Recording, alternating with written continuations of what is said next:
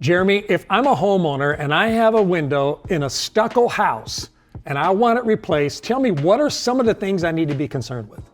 The first thing I would be concerned with is, are they going to do any damage to my stucco? Is that potential? Who's going to fix it? How's it going to get fixed? So these are hard to get out. They're hard to get out. The stucco crack, chip, break, splinter? Okay. It's very hard. So the first thing is, what are we going to do to get this out safely without destroying my house? What's the second thing we should consider?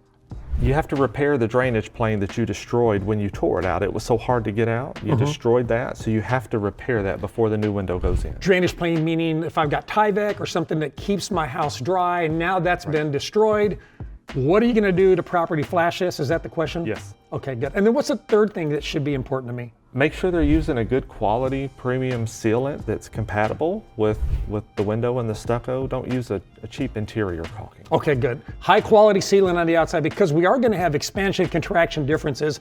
This is going to contract and expand at a different rate than that, and they'll start to separate if you don't have something that's very high quality, correct? Correct. Right. Thanks for the 3 tips. All right.